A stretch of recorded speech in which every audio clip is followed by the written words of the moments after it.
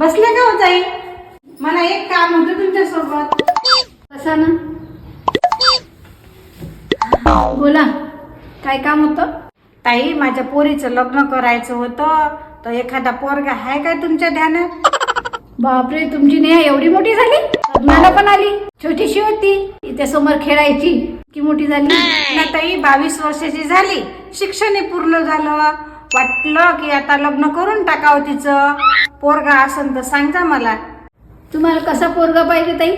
आता तुम्हीच पहा ना, माझी नेहा किती सुंदर आहे. शिक्षण पण मी तिला सायन्स मध्ये शिकवलं, तर मला सरकारी नोकरीवालाच पोरगा पाहिजे बाई. सरकारी नोकरीमध्ये तर माझाच मुलगा आहे. बापरे, तुमचा मुलगा सरकारी नोकरीवर लागला? मला माहित पण नाही. कशात आहे हो बाई? रेल्वेमध्ये आहे ना, 80,000 पगार आहे. पहा ना बाई, माझी मुलगी दाखवून त्याला. त्याला काय दाखवायचं? जी मुलगी मी पसंत करेल तेच मुलगी तो पसंत करणार. हो का ताई? मग या ना तुम्ही तुमच्या पोराला घेऊन आमच्या घरी.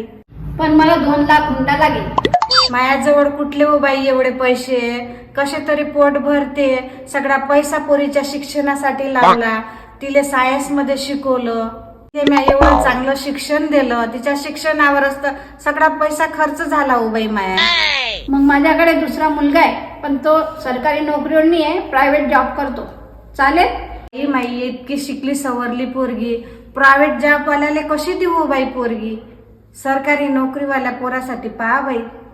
मी पण सर्व पैसा माझ्या मुलाच्या शिक्षणासाठी खर्च केला, त्याला नोकरीच्या काबिल बनवलं. तुम्हाला तर माहित आहे, दहेज घेणं कानून गुन्हा आहे, तरी पण तुम्ही मला हुंडा मागता. मग माझ्याजवळ आहे ना प्रायव्हेट जॉब करणारा मुलगा, त्याला तो ते 1 रुपया घेत नाही, त्याला द्या ना मुलगी तुम्ही. मी माया पोरीला एवढं शिकवलं बाई, असं कसं मी त्या प्रायव्हेट जॉब वाल्या पोराला देऊ? वाले मागतात ते हुंडा, मग तुम्ही मुलीसाठी सरकारी नोकरीवाला मागतात, मग ते काय? तो इथं एक हुंडाच झाला ना. आपण सर्वांनी मिळून दहेज प्रथा बंद केली पाहिजे. तुम्हाला मान्य आहे का? हो ताई, बरोबर आहे. दहेज प्रथा बंद झालीच पाहिजे.